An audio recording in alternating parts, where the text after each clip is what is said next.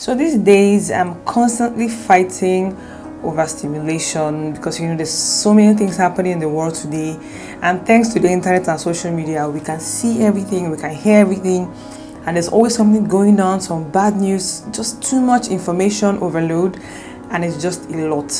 And most times I kind of feel bombarded with so much thoughts and feelings and emotions over these things, and it feels like an overwhelming choking sensation sometimes. And I was thinking about like a term to explain this feeling, and I came up with mental and emotional clutter, and then went on to find out that this is actually a thing. Lots of people feel this way, and it's a very common feeling nowadays.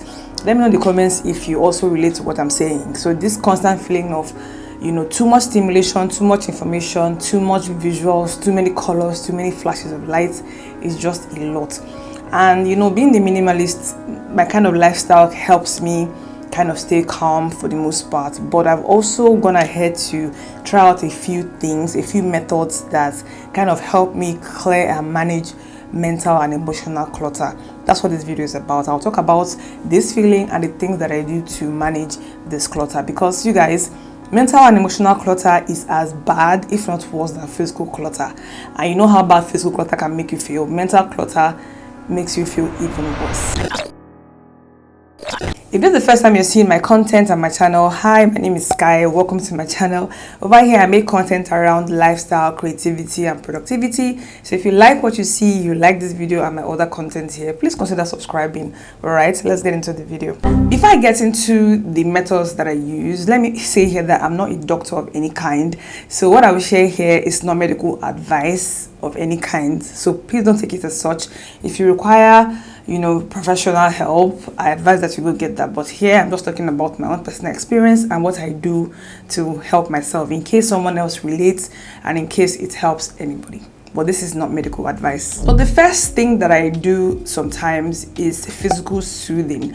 So when I'm unable to sleep or unable to calm my mind, I can do some physical rocking or tapping motion, be it my hand or my legs. A very small trick that I've been doing for years and years. People that are close to me know that most of the time when I want to sleep, you can see me rocking my leg or rocking my hand or rocking my entire body. It's kind of a way to kind of distract myself, and somehow it works for me because my body then becomes calm and soothed by that rocking motion. So for some people it could be, I don't know, taking a walk, moving around, it could be anything really, but having some sort of a physical trick that you use to kind of control your body helps your mind calm down when you're feeling overstimulated. The next thing I do to help mental clutter is to take deep breaths. So deep breathing is a very, very popular and age-old method and trick that you can use to calm yourself and calm your mind, because if your mind is calm, somehow your body feels calm. So whenever I'm feeling overstimulated or I feel like I'm just not getting myself, one way to center myself again would be to take deep breath. It doesn't necessarily mean you need to go into like a secluded area or do any special meditation. It could be just wherever you're standing or sitting, just remember to take deep breath, because I notice that sometimes I kind of forget to take deep breath. I kind of catch myself with that feeling like, oh wait, why am I not breathing deeply? And this is very common apparently. So deep breathing is one way that you can use to calm your mind and ultimately calm your body. The next thing that I do to manage my mental and emotional clutter is to write down my thoughts. Journaling is very popular for a reason. I personally don't have like a proper journal per se, but for us creatives, for example, sometimes you find yourself being bombarded with so many ideas for what you want to do, video ideas, product ideas, business ideas, chores. It could be things that you have to, like tasks that you have to complete, and all of these things contribute to mental clutter. So putting down your thoughts on a journal or even a piece of paper, be it in the form of a to-do list or be in the form of proper journaling, whatever it is, kind of helps transfer that clutter and that burden from your mind onto a book or a physical book, something external. It's like, say a camera, for example. You take pictures or videos, and sometimes you might need to extract the files onto like an external hard drive. What that does is to clear off space from your system. So same thing happens with your mind. I found that writing down my ideas or my thoughts, even if it's my phone app, my phone notes app, just putting down those ideas and those thoughts kind of frees up your mind a little bit, and I swear by this, it works all the time. So if you're someone who is not into journaling or writing down what you need to do, even if it's your daily task, I'm a very big supporter of to-do lists. I preach about them all the time. So writing down your thoughts, your ideas, what you need to do, whatever it is that you have in your mind that's contributing to clutter, write it down and take it away from your head. The next method that you can use to manage mental clutter is to talk about what you're feeling. Talk about it to a safe space, to a safe environment. It could be your family and friends or people that are into therapy. I'm not into therapy, but I'm blessed to have people around me that I can talk to. Whatever thoughts you're having in your mind doesn't have to be anything serious really, but I found that talking to the people around you, your people, kind of helps me decompress. So I believe this is a way that you can use to manage mental and emotional clutter. So if you have things that are just bothering you and they're just all over the place, even if those things don't make sense, more often than not, people that are in your life who know you and who love you and who understand you will be able to receive whatever chat or information you're trying to pass on to them. So that's one way I feel like you can help manage mental and emotional clutter. The next tip is to remember that you don't have to do anything, rash. More often than not, this feeling of being overstimulated or being mentally cluttered, more often than not, it passes with time. If you give yourself a little bit of time and not do anything and not panic too much, I found that the feeling passes after a while. So this is not the time for you to make rash decisions or feel like, I know it can be overwhelming sometimes, but more often than not, I just stay calm and wait for the feeling to pass. And more often than not, after a few days or a few hours or a few weeks, it passes. I'm currently in my productivity era in my life, and I'm hoping to move towards building a calm, happy, and prosperous and healthy life, which is why I believe that simplifying your life and simplifying your commitments goes a long way in helping manage mental and emotional clutter. The more things you have going on in your life, the more your energy and your attention is split and the more things you have to worry about. Like I said, social media doesn't help.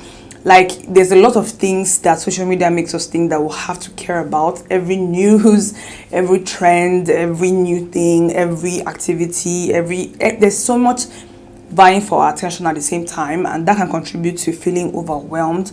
So simplifying your life, simplifying your interests, simplifying the things you give your attention to, even people, down to people. So I'm blessed to have, like I said, a few core friends and my family too. So I feel like you don't have to be all over the place, everywhere, be involved in every activity, be seen everywhere. FOMO is real. FOMO is real. Nowadays, it feels like you are missing out on so much if you're not out there doing things. But if you're feeling constantly overwhelmed and overstimulated, putting yourself out there too much, I don't think it will help. Me, I feel like simplifying your life and simplifying your commitment and saying no to some things, choosing what you say yes to, choosing where you go, choosing the people you mix up with, choosing the things you get yourself involved in, I feel like it will go a long way in helping managing emotional and mental clutter. The next method to managing mental and emotional clutter would be to slow down and seek comfort. What I mean is this: sometimes there's this feeling of it's just like my last point, you feeling like there's so many things you want to do that you have to do, there has to be a part of that you have to do. And sometimes, I don't know if other people feel that way, but sometimes I feel like I'm running out of time.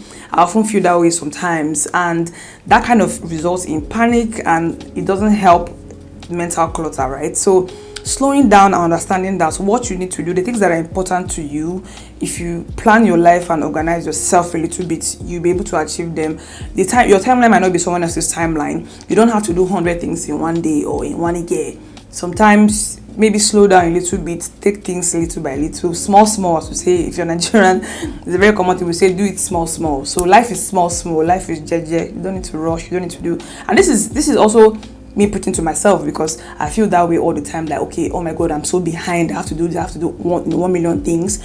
Yeah, so filling up your hours and filling up your days and rushing through everything doesn't help at all. So slowing down and seeking comfort. So in seeking comfort, you can anything that makes you feel comfortable, even something as basic as clothes, music, your space, it could be anything. So seek to be comfortable a lot of time. Like whenever you're feeling overwhelmed or overstimulated or mentally cluttered, slow down and seek comfort.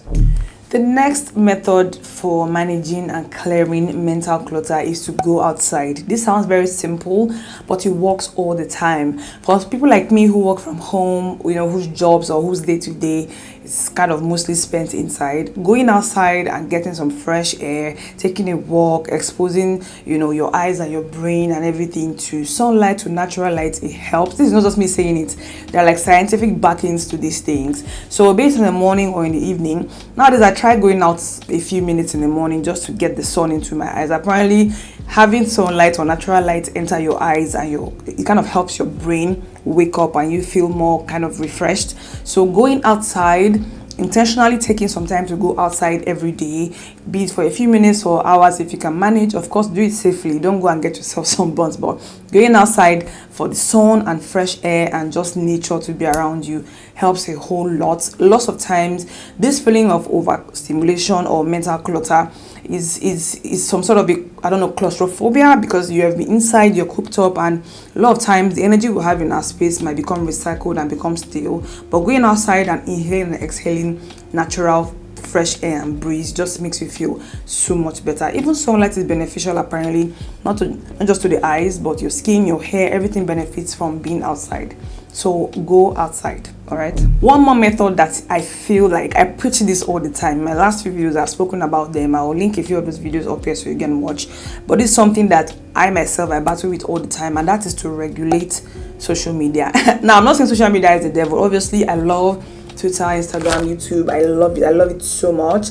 I'm a huge social media, you know, consumer, so I love it. But you know, it's a huge contributor to this mental and emotional clutter. So reducing or at least regulating how much content you consume, and of course what kind of content you consume. If you're feeling FOMO or feeling like maybe you're behind or something is going on with you, and you notice that social media is contributing to that clutter, regulating how much of social media you engage in and what kind of content that you consume goes a long way in helping managing this clutter. You know, once in a while I take a few hours off. For me, I'm a heavy Twitter user. Twitter is like my most used social media platform. I don't tweet myself a lot, but I consume other people's tweets. And if you know Twitter, you know how much sheer size, or the volume of information that is being shared there every minute. I'm talking about millions and millions of thoughts and information, mostly bad news. So it's a great place to stay informed, but it can also get too much and contribute to, at least to my own mental clutter. So regulating the use of social media and regulating the kind of content that one consumes is a way to manage this mental and emotional clutter. If anyone can relate to what I've said so far, and if you feel like these tips help you, or even if you know about them, let me know in the comment section so we'll talk about it and chat about it there, like kind of group therapy of sorts. I'll be happy to hear from you. Give the video a thumbs up if you enjoyed it, and subscribe to my channel in case you haven't. I'm trying to get to 1K, you guys, just 1K. That's my goal, that's my current goal. Please help me subscribe in case you come across this video, and of course watch my other videos because they are awesome actually. So I'm going to see you in my next video. Bye.